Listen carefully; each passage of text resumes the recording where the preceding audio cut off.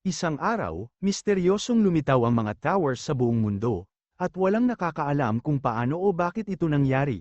Ayon sa mga nakaranas ng mga towers, tila may kaugnayan ito sa mitolohiyang kilala na nila. Dahil dito, maraming tao ang naging interesado sa posibilidad na makita ang mga bayani mula sa mga kwentong mitolohiya. Ngunit hindi naging pabor sa sangkatauhan ang sitwasyon, ang mga dungeons at mga halimaw ang nagsimulang lumitaw sa paligid ng mga tore, upang maprotektahan ang mundo. Nagsimulang sugpuin ang mga tinatawag na dungeon adventurers, ang mga banta mula sa mga dungeons. Ang bida ng ating kwento ay lumaki sa paghanga sa mga adventurer. Nakikita niya ito bilang isang cool na propesyon, kaya nagdesisyon siyang maging isang adventurer rin. Pinagbuti niya ang kanyang pag-aaral, lalong-lalo na sa pag-unawa sa mana mutation. Sa kabila ng kanyang pagsisikap, nalaman niyang wala siyang mga natatanging kakayahan na taglay ng ibang adventurers. Dahil dito, nawalan siya ng pag-asa at nagdesisyon na mag-leave of absence, iniwan ang kanyang pangarap at nanatili sa dorm. 2 taon ang lumipas, sa halip na habulin ang imposibleng pangarap, nagsimula siyang magsulat ng mga kwento. Lumikha siya ng mga kathang-isip na bayani, isang swordsman na kayang pumutol ng horizon, isang hunter na nabuhay sa kagubatan ng kamatayan, at isang makapangyarihang mage. Sa kabila ng pagtatapos ng isa sa kanyang mga kwento, tinitingnan niya ito bilang isang kahihiyan dahil hindi ito magiging realidad. Isang araw, habang nanunood ng balita tungkol sa isang sikat na adventurer na si Rachel, ang nag-iisang divine adventurer sa bansa, napaisip ang bida tungkol sa kanyang sariling kabiguan. Napahiga siya sa kama at muling natulog. Nang magising, nagulat siya nang makita ang isang abiso sa kanyang laptop na nagsasabing ang The World ay nakahanap ng isang perpektong setting para sa mga towers batay sa isang nobelang isinulat niya. Sa parehong oras, narinig niyang may 5 bagong tore na lumitaw sa bansa. Isa-isa niyang narinig ang mga pangalan ng mga tore, The Sword That Cuts the Horizon, Executor of Evil, at Divine Black Spear. Lahat ng ito ay mula sa kanyang nobela. Gulat na gulat siyang tumingin sa kanyang laptop, at nakita niyang nawawala na ang lahat ng kanyang orihinal na files. Naisip niya kung nananaginip lang ba siya. Ngunit isang abiso ulit ang lumitaw, ang kwentong isinulat niya ay pinili ng mundo, at ang mga tore ay nilikha batay dito. Sa huli, napagtanto niya na ang kathang-isip na mundo na nilikha niya ay naging isang nakakatakot na katotohanan. Lumabas sa anunsyo na isang bagong tower ang natuklasan, at ang mga karakter sa loob nito ay katulad ng mga tauhan sa nobela ng bida. Taking gulat niya nang makatanggap siya ng isang unique ability mula sa soul class na tinatawag na immersion. Sa kabila ng kakulangan niya sa talento, naisip niyang maaaring maging isang epektibong attacker gamit ang bagong kakayahan na ito. Lumipas ang ilang araw, ngunit hindi niya magawang i-activate ang kanyang mga bagong skills. Paulit-ulit niyang sinubukang gamitin ang immersion, ngunit iba't ibang anunsyo lamang ang lumalabas sa kanyang screen. Napagtanto niya na maraming mahigpit na kondisyon ang kailangang matugunan, dahilan kung bakit hindi niya ito magamit. Lalo siyang nalito at nadismaya. Iniisip na ang pagkakaroon ng soul class ability ay isang positibong senyales sana. Upang makapag-isip ng mabuti, nagdesisyon siyang bumili ng beer sa merkado. Habang namimili, patuloy niyang iniisip kung paano niya magagamit ng maayos ang kanyang unique skills. Alam niyang kailangan niya ng seryosong eksperimento upang matutunan kung paano kontrolin ang bagong kapangyarihan. Habang nag-grocery, bigla siyang tinawag sa pangalan ng isang babae, Boss Jungmin. Napalingon siya at nakita si Lee Seren, ang kanyang kapitbahay. Si Seren ay isang estudyante rin na may kakaibang kakayahan na tinatawag na Ice World. Naging malapit sila dahil tinuruan niya si Seren. Ayon na rin sa kahilingan ng nanay nito, pareho rin silang nag-leave of absence sa academy, kaya matagal na silang hindi nagkita. Gayunpaman, iniiwasan ni Jungmin si Seren noon dahil sa takot na malaman nito ang mga iskandalong kinasangkutan niya. Excited si Seren sa muling pagkikita nila at nagtanong kung ano ang pinagkakaabalahan niya ngayon. Napansin din ni Seren na amoy alak si Jungmin at tinanong siya kung umiinom siya ng ganoon kaaga at kung nakakain na ba siya. Sinabi naman ni Jungmin na namimili siya ng pagkain. Pinayuhan siya ni Seren na kumain ng maayos at huwag puro instant food. Upang mailihis ang usapan, tinanong ni Jungmin si Seren kung kumusta siya sa academy. Napansin ni Seren na binabago niya ang paksa, ngunit sumagot ito ng may halong biro, na tila napansin din ang pag-iwas ni Jungmin sa seryosong usapan. Si Jungmin ay kilala sa pagtanggi sa isang alok mula sa isang prestihiyosong guild, Isang desisyon na nagulat siyang naalala pa rin ng mga tao. Tinanong siya ni Seren kung bakit niya tinanggihan ang alok, ngunit iniwasan ni Jungmin ang tanong, nagdahilan na nakuha na niya ang kailangan sa grocery at dapat na silang umuwi. Para kay Jungmin, ito ay isang kwento na ayaw niyang pag-usapan dahil wala rin siyang kinalaman dito. Biglang naging pula ang paligid ng tindahan, at lumitaw ang isang notification na nagsasabing nakakakita ng enerhiya ng Everton, ang orihinal na may akda. Napalingon si Jungmin at nakita ang isang Everton, mga tagasunod ng demonyo mula sa kanyang nobela. Nagtaka siya kung bakit sila nandito. Napansin ni Seren ang pagkabigla sa mukha ni Jungmin at nagtanong kung ano ang problema. Biglang bumagsak ang isang lalaki na pinagmumula ng pulang enerhiya. Sinubukan ni Seren na lapitan ito para tumulong, ngunit pinigilan siya ni Jungmin. Habang nagiging madilim at nakapaligid sa kanya ang isang lilang aura, lumitaw ang isang abiso na nagsasabing nagpakita ang isang dagwang lobo. Isang purple na portal ang nabuksan sa harapan nila at lumabas ang dalawang demonyong mukhang lobo, na agad na umatake sa mga sibilyan. Alam ni Jungmin na ang mga nilalang na ito ay bahagi ng grupong galit sa Pitong Bayani, mula sa kanyang nobela, mga fanatic na handang magsakripisyo ng kahit ano. Hinimok ni Seren si Jungmin na tulungan ang mga sibilyan, ngunit natanto ni Seren na wala pang natatanging kakayahan si Jungmin. Sinabi ni Jungmin kay Seren na ilikas ang mga tao, habang siya ang haharap sa mga lobo. Ngunit sa loob niya, alam niyang ang tanging kaya niya ay tumakbo. Nang sumugod ang isa sa mga lobo para umatake, halos hindi niya naiwasan ito. Naghahanap siya ng kahit anong pwedeng gamitin bilang sandata at nakita ang isang signboard, ngunit nabaluktot ito ng tumama sa isang atake ng lobo. Samantala, iniisip ni Jungmin kung paano niya mailigtas ang mga tao habang pinoprotektahan sila ni Seren. Naaalala niya ang kanyang kakayahan sa immersion, at biglang lumitaw ang isang abiso na nagpapaalala sa kanya tungkol sa kanyang nobela. Napagtanto niya na alam niya ang lahat tungkol sa mundong ito dahil siya ang may akda. Kung ganito ang sitwasyon, naisip niyang gamitin ang kapangyarihan ng pinakamalakas na eskrimador sa kanyang nobelang The Sword That Cuts the Horizon. Sinubukan niyang gamitin ang kanyang kakayahan, ngunit lumabas ang isang abiso na nagsasabing, masyadong malaki ang agwat. Napagtanto niya na hindi pa sapat ang kanyang kasalukuyang lakas upang tuluyang kontrolin ang kapangyarihan. Dahil limitado ang kanyang pisikal na kakayahan, hindi niya kayang i-immerse ang sarili sa malalakas na karakter. Lumabas ang isa pang abiso na nagsasabing kailangan niyang pumili ng ibang karakter. Naalala niya ang isang simpleng tauhan mula sa kanyang nobela, si Malen, isang ordinaryong sundalo na nagbabantay ng gate. Isang asul na aura ang bumalat sa kanya nang gamitin niya ulit ang kakayahan. Nagtagumpay siya sa pag-immerse kay Malen, dahil sapat ang kanyang kaalaman sa karakter. Napansin ni Jungmin ang pagbabago sa kanyang kilos at naramdaman niyang kayanan niyang lumaban.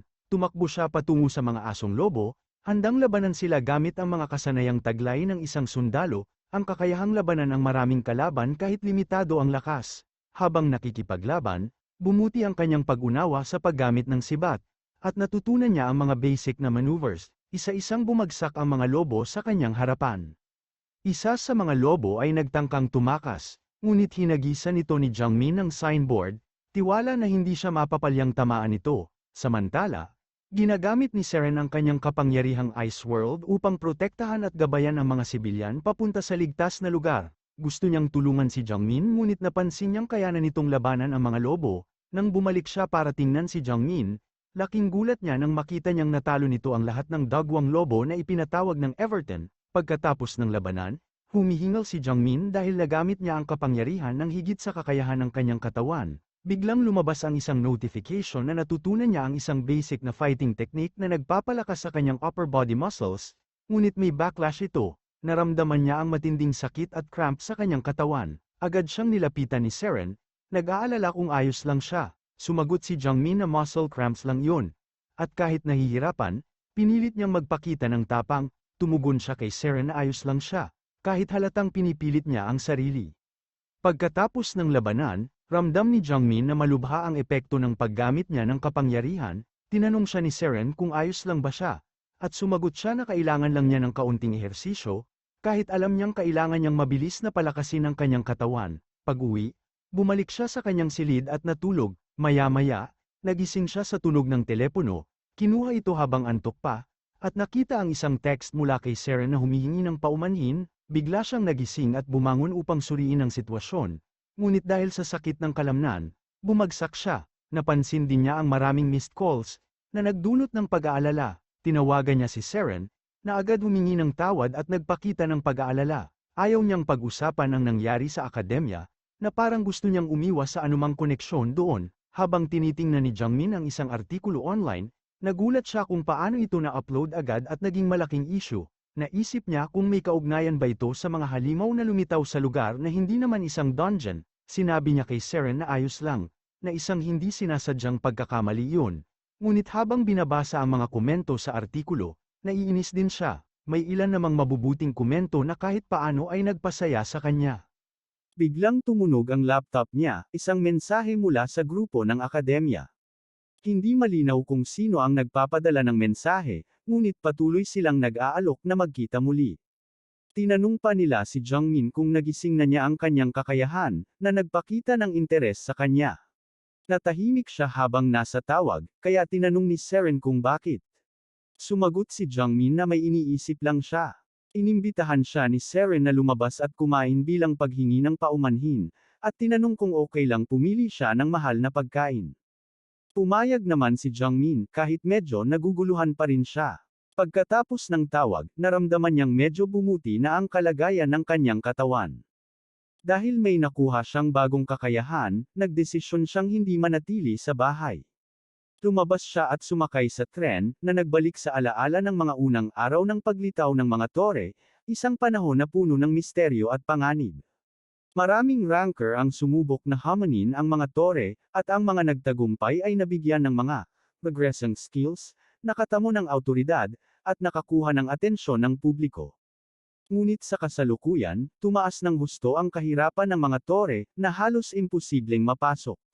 Marami pa ring sumusubok, kahit na nabigo, na nagtataka si Jungmin kung ano ang nagtutulak sa kanila. Naiintindihan din niya ito, may kasabihan na kahit isang matagumpay na pag-atake ay maaaring magdala ng tagumpay sa buhay. Nang makarating si Jungmin malapit sa kanyang destinasyon, naisip niyang suriin ng malapitan ang Swordmaster's Tower. Bumaba siya mula sa tren at tumakbo patungo rito, napansin niyang dapat pala ay mas nag-ehersisyo siya. Sa wakas, narating niya ang tore at tumingin sa paligid. Sa base, may nakita siyang malaking bato na agad niyang nilapitan at hinawakan.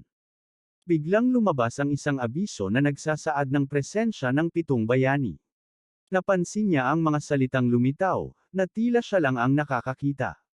Habang hawak ang bato, isang lalaki ang tumawag sa kanya mula sa likuran.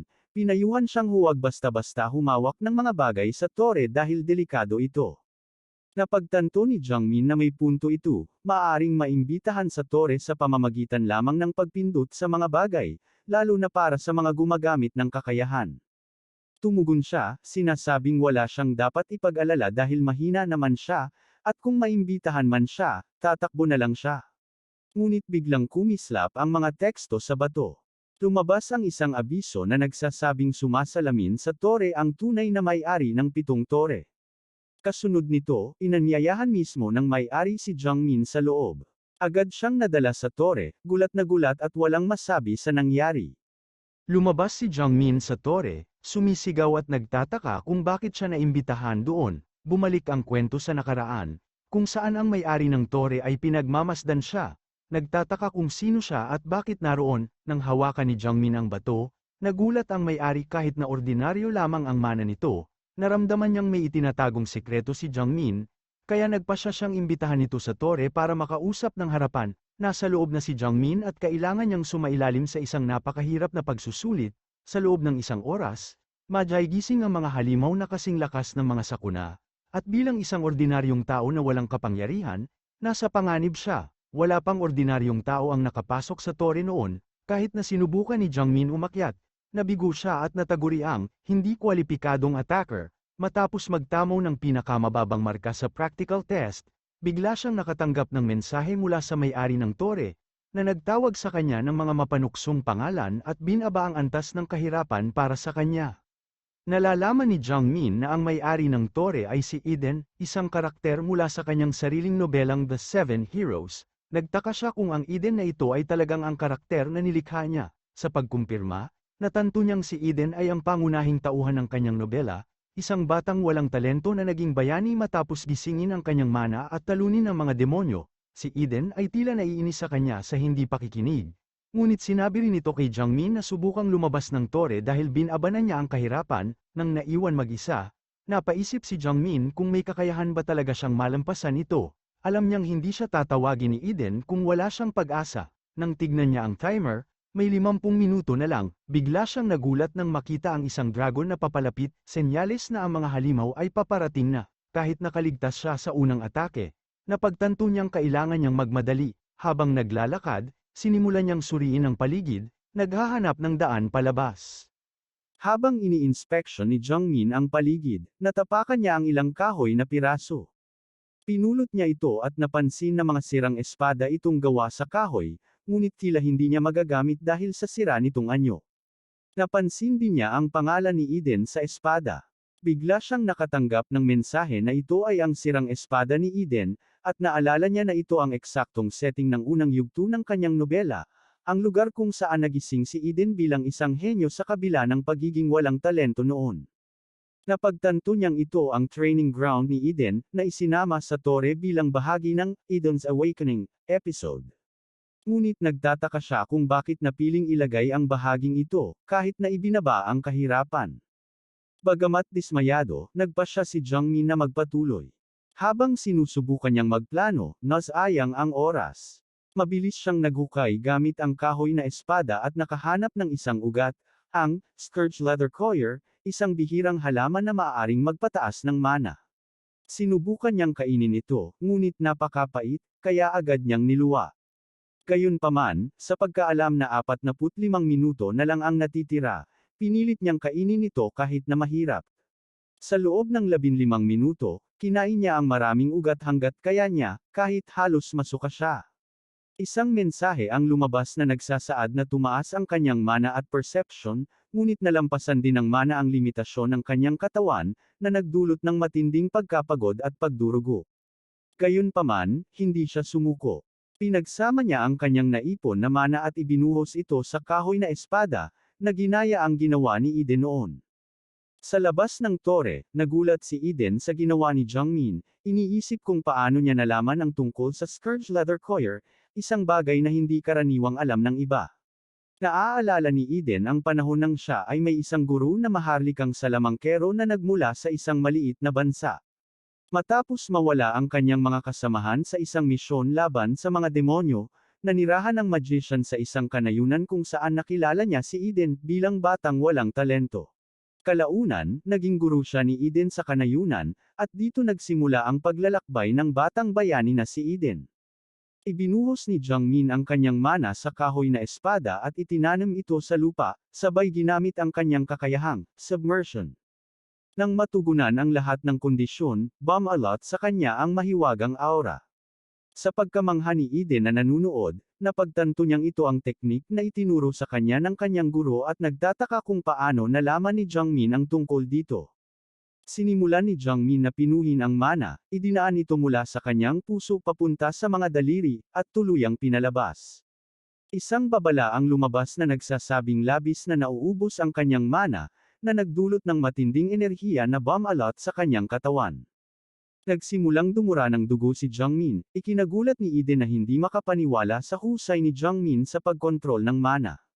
Binalaan ni Eden si Jiang Min na maaaring ikamatay niya ang pagpapatuloy nito, ngunit alam na ito ni Jiang Min.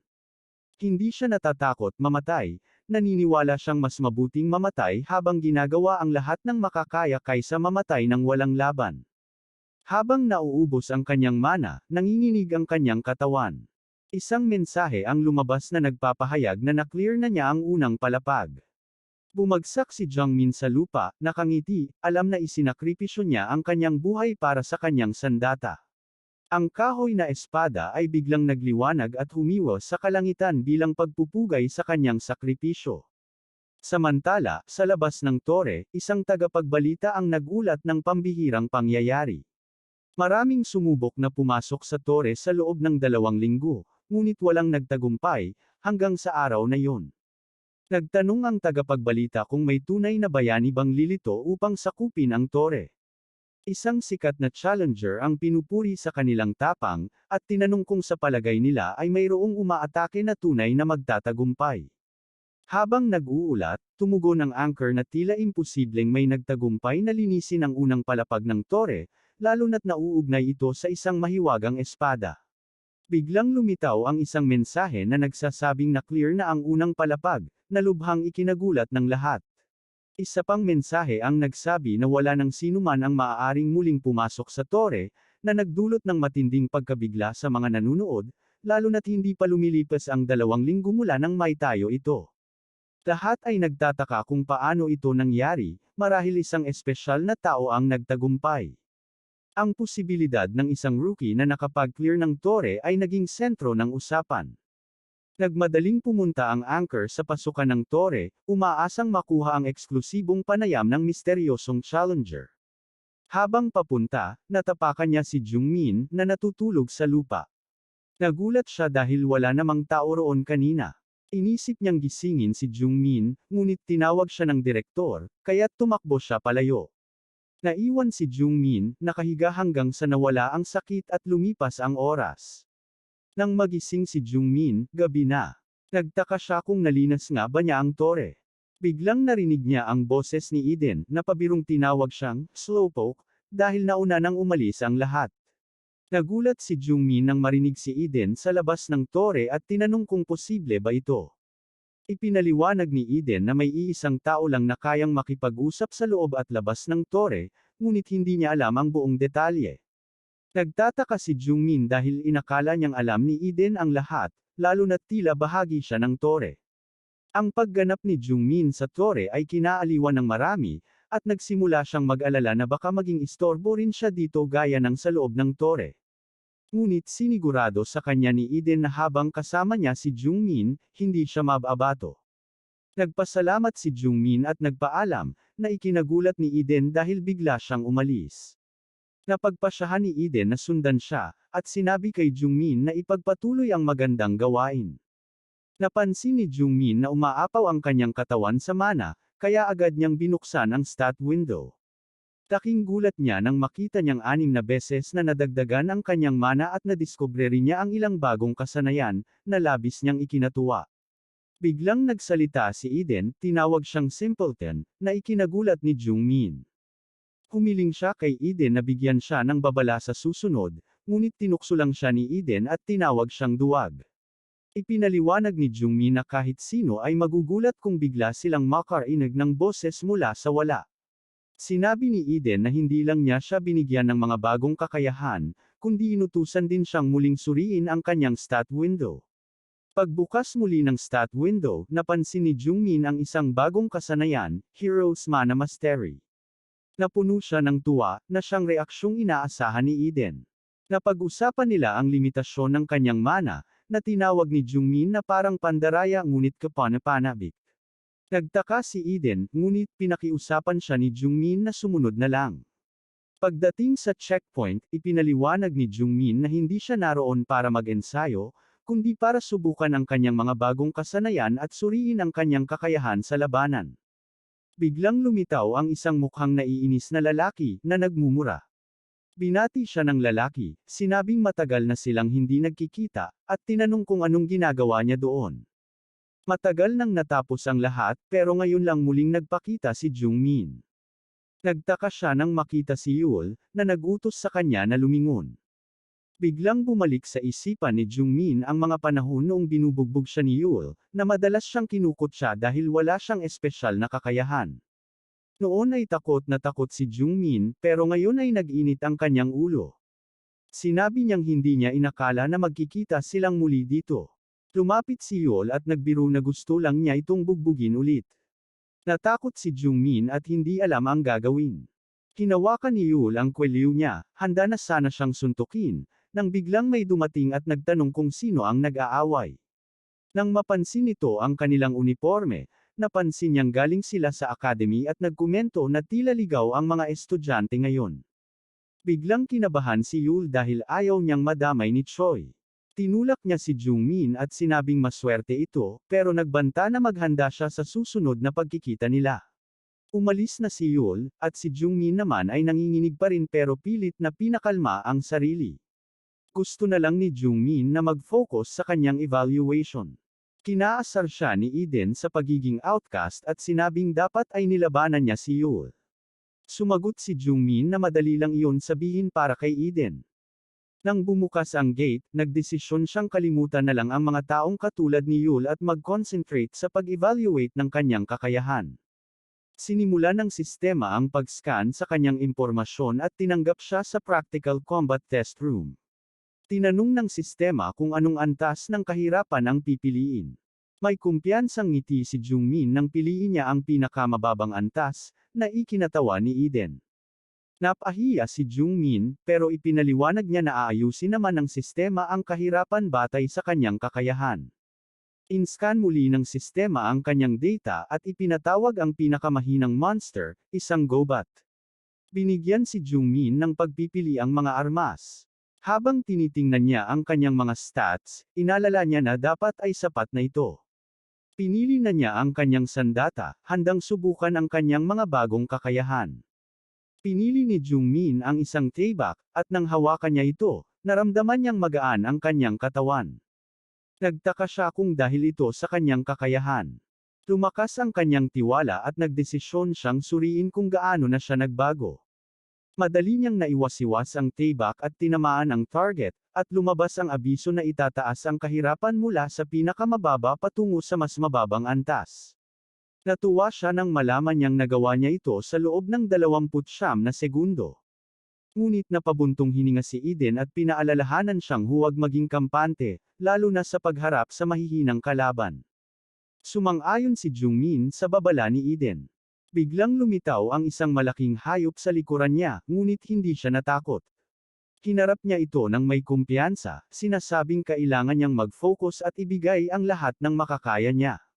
Samantala, sa labas, maraming tao ang nanunood. Si Yul ay nagtataka kung ano ang nangyayari at napansin si Choi Byung-jun, isang kilalang mandirigma ng Zero Generation na tumalo sa Tower of God of Thunder Zeus, at nagtataglay ng 7 natatanging kasanayan. Nais ni Yul na kausapin si Byung-jun upang matuto mula sa kanya at ipinakilala ang sarili. Hiniling ni Yul na panuuri ni Byung-jun ang kanyang sparring clips, ngunit tumanggi ito. Napansin ni Byung-jun si Jungmin at nagulat. Sinubukan niyang makipag-ugnayan kay Jungmin. Sa labas, nagalit si Yul, na sinusubukang makuha ang atensyon ni Byung-jun palayo kay Jungmin. Sa loob ng virtual test room, nagpatuloy si Jungmin sa pagsusuri. Ang silid ay maaaring gayahin ang matinding lamig at iba pang mga kondisyon, kabilang ang presyon ng kamatayan. Karamihan sa mga kalahok ay nag-agapi ng takot, ngunit si Jungmin ay kalmado. Namangha si Byung-jun habang pinapanood siya, iniisip kung si Jungmin ay walang takot o inosente lang sa panganib.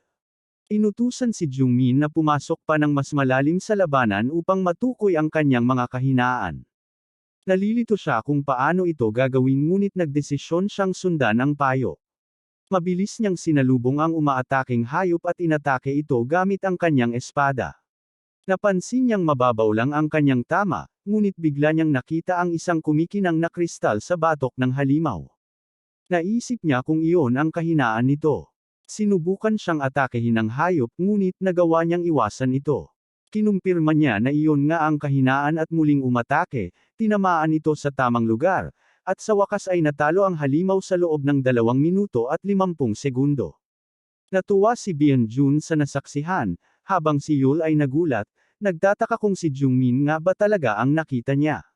Nang tanungin ni Byung-jun kung kilala ni Yul si Jungmin, nag-aatubili itong sumagot.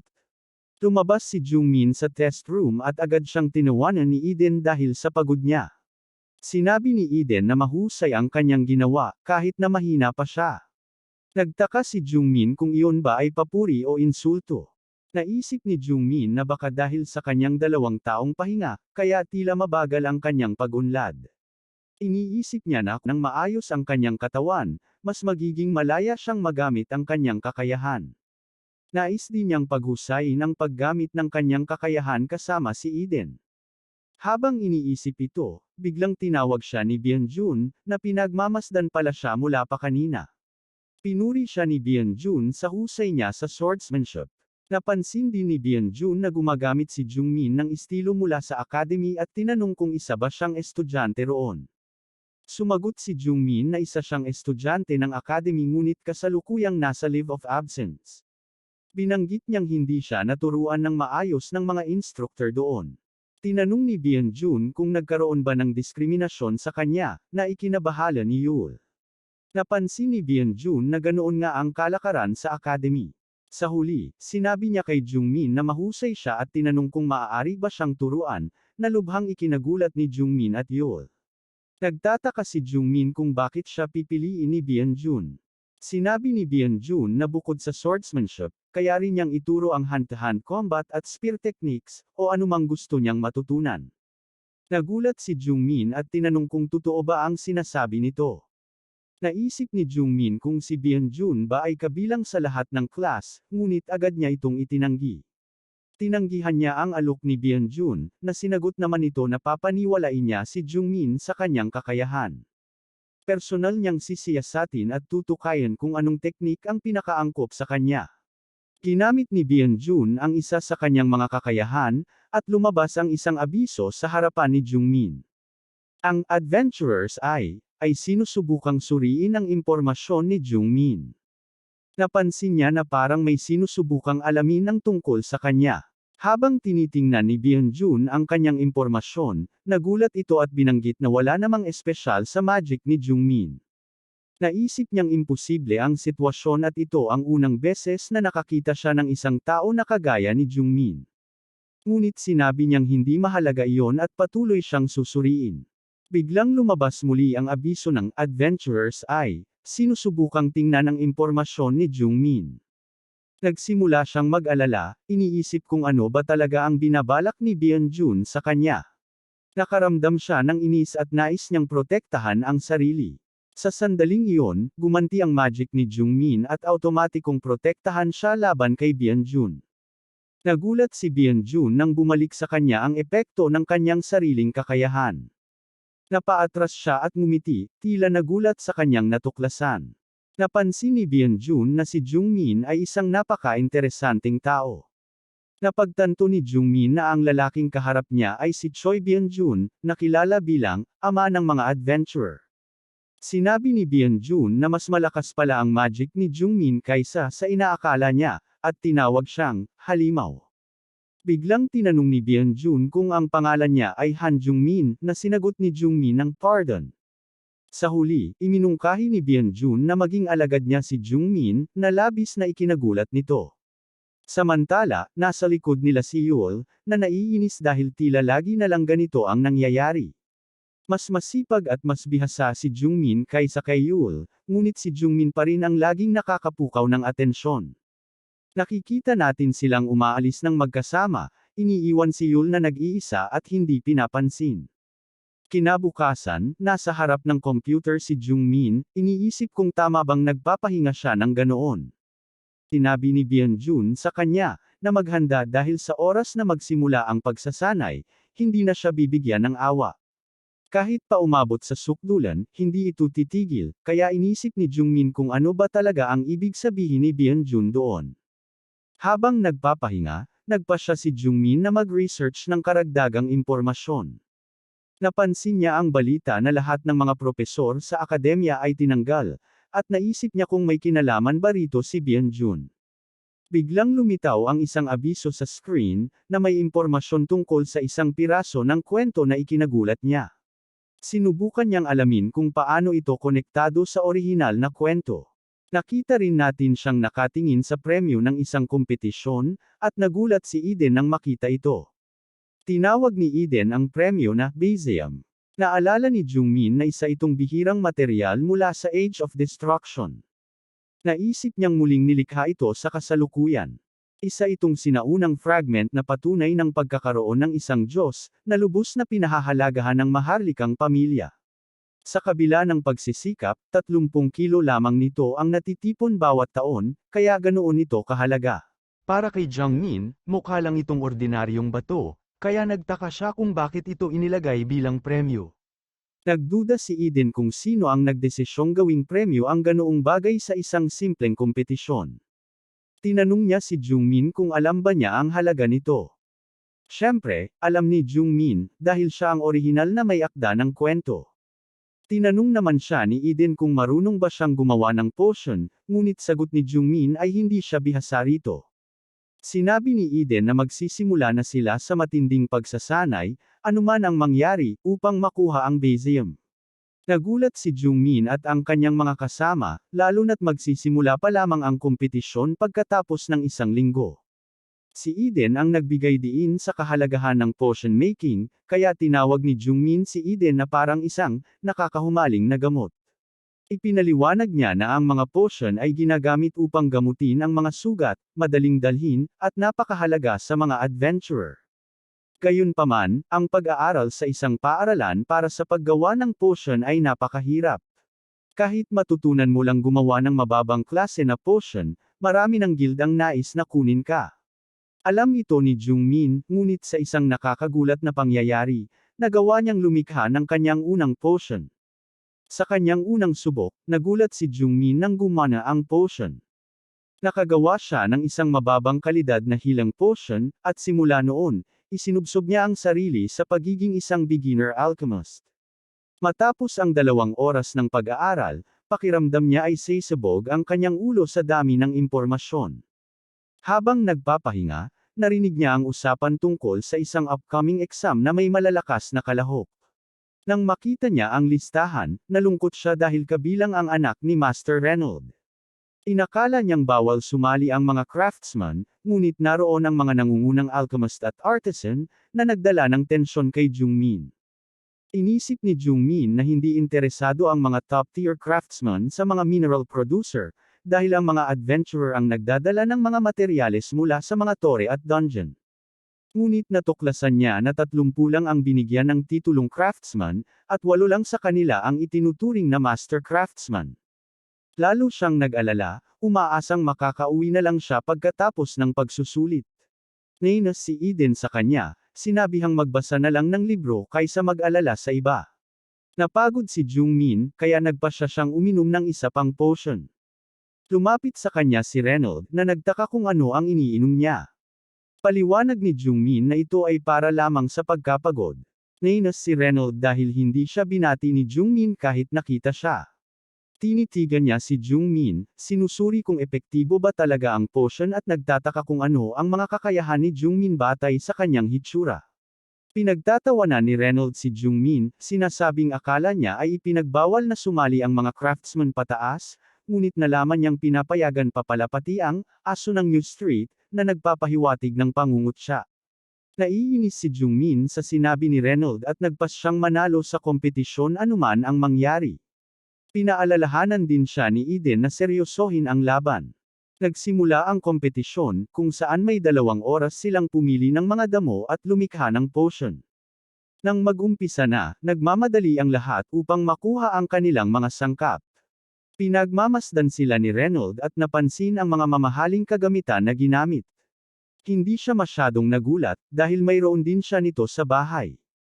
Napansin niya si Jungmin na nakatayo lang, nakapikit, at iniisip niyang nagsasanay ito sa isip. Kinukutya niya si Jungmin, tinawag siyang talunan dahil hindi agad kumilos. Habang umaalis, sinabi niyang wala ng saysay si Jungmin sa paligsahan. Sa ibang bahagi, may mga magic circles na kumokontrol sa gravity at mana. Isang babae ang nagkomento na may talento ang apprentice na nagdisenyo nito, dahil mas komplikado ito kaysa sa karaniwang mga spell formations. Tinanong niya si Byung-jun tungkol sa apprentice, at ipinaliwanag niyang isang estudyanteng nasa leave of absence ito mula sa akademya. Iniisip ni Byung-jun na malakas ang batang ito, dahil na-block nito ang kanyang adventurous eye skill, na nangangahulugang mataas ang antas ng kakayahan nito. Sinabi niya na ginagawa lang niya ito para alagaan ang isang masipag na tao, kaya tinawag siyang ama ng mga adventurer. Naalala ni Byung-jun na may iba pa siyang aasikasuhin at iniwan ang babae, inatasan siyang pangasiwaan ang iba pang gawain. Samantala, si Jungmin ay gumagamit ng immersion technique sa kompetisyon. Ngayon, inilubog niya ang sarili sa pag-aaral ng Aaron Pepper, na apprentice ng pinakamahusay na alchemist sa orihinal na kwento. Bagaman hindi ito ang pinakamatalino, ito ang pinakamahusay pagdating sa kontrol ng mana. Kaya araw-araw siyang nagbasa ng 100 libro upang punan ang kanyang mga kahinaan. Sa huli, napili siyang maging direktang alagad ng pinakadakilang alchemist at namana ang kaalaman ng isang ascendant. Ngayon, habang iniinom niya ang Gayuma na sinasabi niyang magbibigay sa kanya ng napakaraming kaalaman, iniisip niyang napapalibutan siya ng mga libro sa isang napakalaking aklatan, iniisip kung kaya niyang makuha lahat ng impormasyon doon. Biglang lumabas ang isang abiso na nagsasabing masyadong malaki ang agwat ng kaalaman. Nagsimula siyang masakta ng ulo, nabibigla sa dami ng impormasyong pumapasok. Sa sandaling iyon, pinunan ng Hero's Mana ang kakulangan, at pansamantala siyang nagkaroon ng mastery. Napansin ito ni Eden at ngumiti, naramdaman ang kakaibang enerhiya mula kay Jungmin, ibang-iba kumpara noong siya mismo ay nag-aral ng alchemy. Kung hindi dahil sa matinding pagsasanay noong nakaraang linggo, nabigo na sana si Jungmin. Mabilis siyang pumunta upang mangolekta ng mga halamang gamot, ngunit dahil sa kanyang paglulubog sa pag-aaral, naubos na ang karamihan sa mga ito. Napaisip si Eden kung huli na sila. Bigla na lang may nakita si Jungmin, at tinanong siya ni Eden kung may nakuha siyang maganda. Sumagot si Jungmin na makamandag na halaman lang ang nakuha niya, na ikinainis ni Eden. Iminungkahi ni Eden na gumawa na lang siya ng isang malakas na lason, dahil baka makakuha pa rin siya ng disenteng marka. Nakakita naman si Jungmin ng dalawa pang sangkap at sinabi kay Eden na sapat na ang mga ito. Kahit hindi kumbinsido si Eden, mabilis na kinuha ni Jungmin ang mga ito at nagtungo sa kanyang istasyon upang simulan ang paggawa ng potion. Ang mga makamandag na halamang ito ay napaka-potent, kahit isang patak ng kanilang katas ay kayang pumatay ng libu-libong tao. Kahit mapanganib, wala siyang pagpipilian. Sinimulan niyang gamitin ang kanyang husay sa alchemy habang maingat na hinahawakan ang mga nakamamatay na sangkap. Samantala, si Master Craftsman Reynold ay nakaupo at pinagmamasdan ang mga estudyante. Napansin niyang karamihan sa kanila ay gumagawa lamang ng karaniwang health potions gamit ang handa ng mga materyales. Ipinagmamalaki niyang sinabi na walang makakalampas sa galing ng kanyang anak. Ngunit biglang nakuha ng atensyon niya si Jungmin, na seryosong nagtatrabaho sa kanyang potion. Tinawag na tulala si Jungmin dahil hindi niya alam kung paano gumamit ng makina, at kinukutya siya dahil hindi niya alam na kailangang gamitin ito, lalo na't limitado ang oras niya. Bigla niyang napansin ang isang bagay at inalis ang mana na nakapalibot sa lason, inilalagay ito sa dalisay na tubig. Napansin ni Reynold na sinusubukan ni Jungmin na pinuhin ang Gayuma gamit ang mana, imbes na gumamit ng makina, habang sinusubukang i-neutralize ang lason at pataasin ang mga kapaki-pakinabang na epekto. Nagtaka si Reynold kung posible ito, dahil kahit sa teorya ay mahirap gawin at walang sinuman ang nagtagumpay dito. Nagtanong siya kung sino ang nagturo kay Jungmin ng ganitong pamamaraan. Gayunpaman, kung mab-aigo si Jungmin, lalala ang epekto ng lason at maaaring sumabog ang buong lugar, pati na rin ang ilang milyang radius mula rito. Hindi makapaniwala si Reynold na may isang taong kasing matapang o baliw na sumubok nito. Napagpasyahan niyang itigil ang paligsahan at tawagin ang manager. Ngunit bago niya ito magawa, nagsimula ng pumalakpak at magsaya ang mga tao. Ipinahayag ng announcer na lumitaw na ang isang assault class potion, at si Jungmin ang gumawa nito.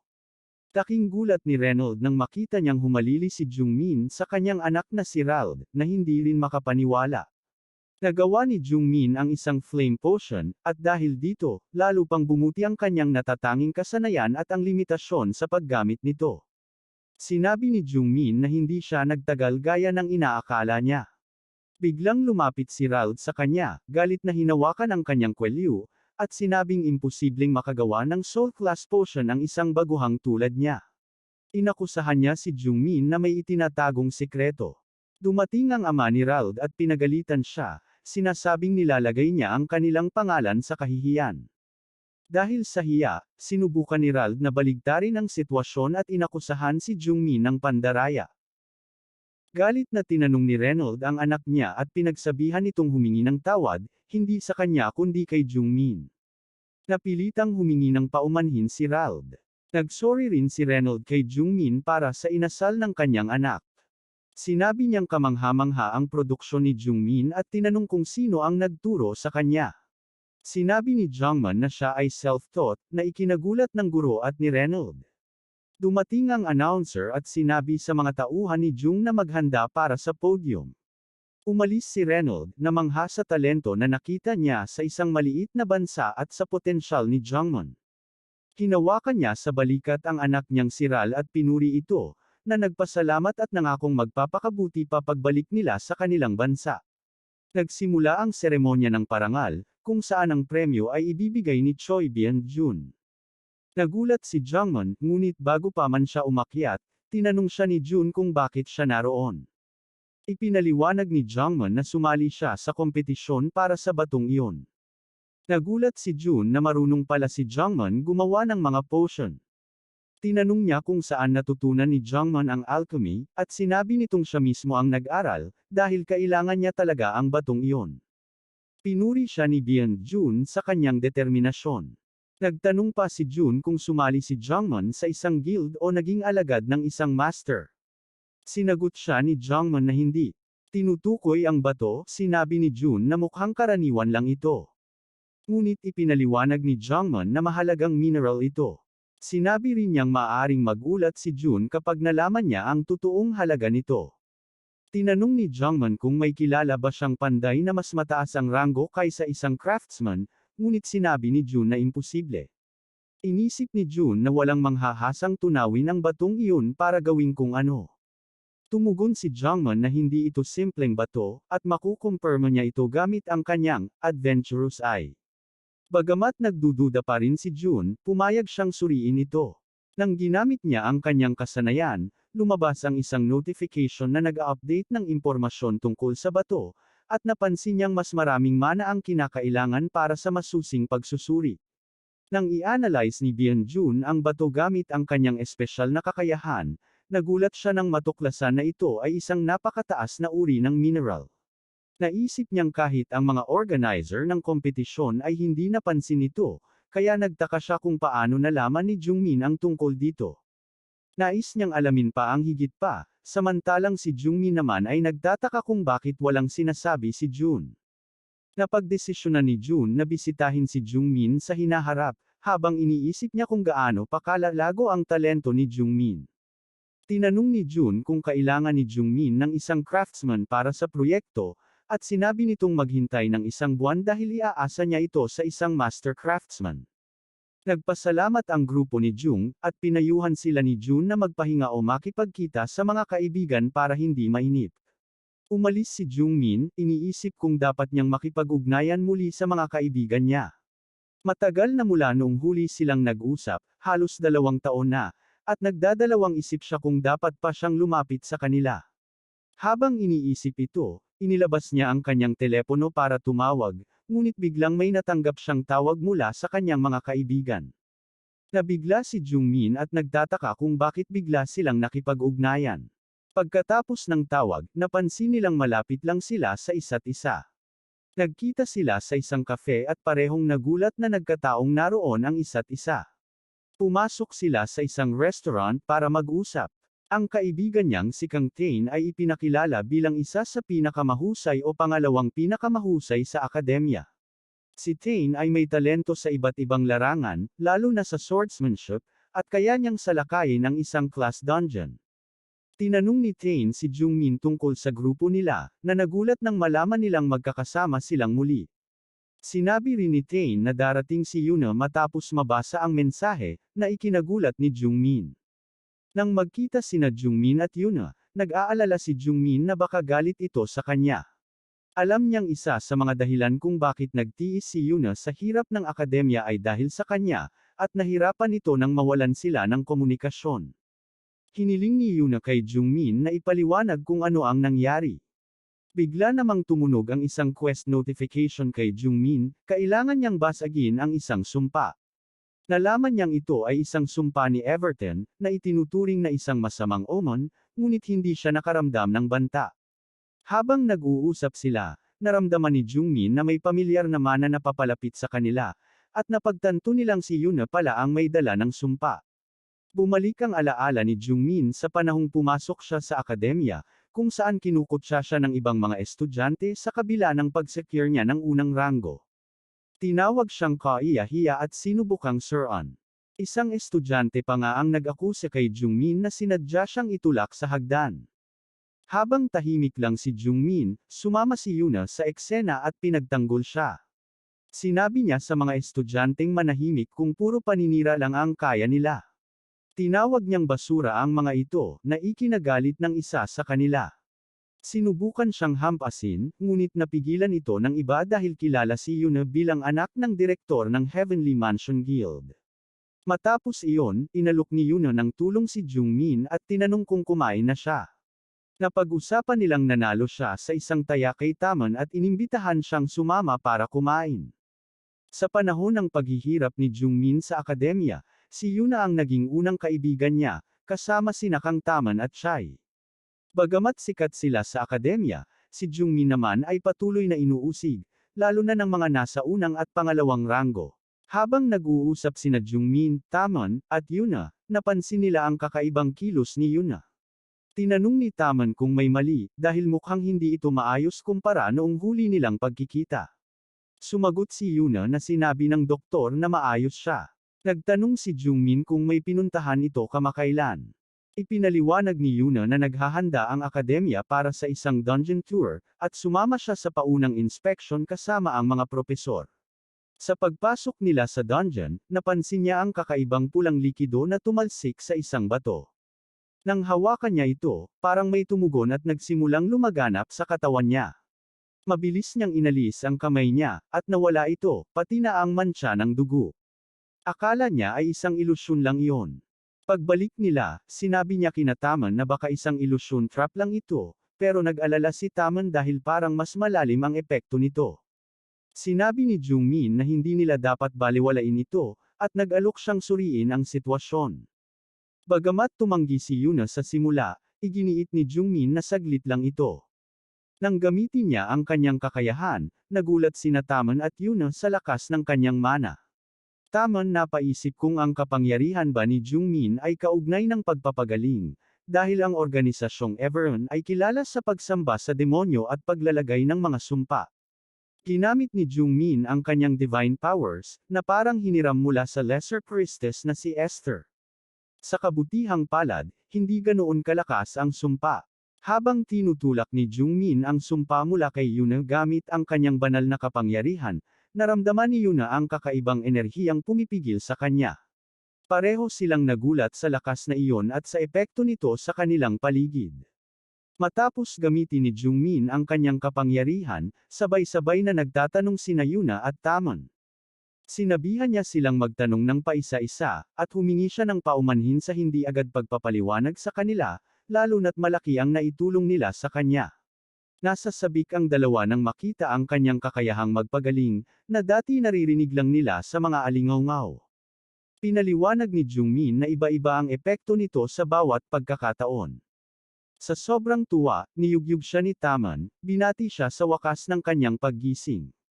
Si Yuna naman ay pabiro pang humihingi ng autograph, iniisip na magiging sikat na siya. Tinukso rin siya ni Taman na magpa-party pagkatapos ng graduation. Tinanong nila kung kailan siya babalik sa paaralan, ngunit sinabi ni Jungmin na magde-drop out siya dahil mayroon siyang master para sa espesyal na pagsasanay. Nabigla ang dalawa at tinanong kung sino ito, pero sinagot niyang may sitwasyon siyang kailangang ayusin at ipapaliwanag niya ito sa ibang araw. Habang iniisip niyang hindi niya mababanggit ang pagkakakilanlan ng kanyang master, muling humingi ng paumanhin si Jungmin sa pagkawala ng komunikasyon.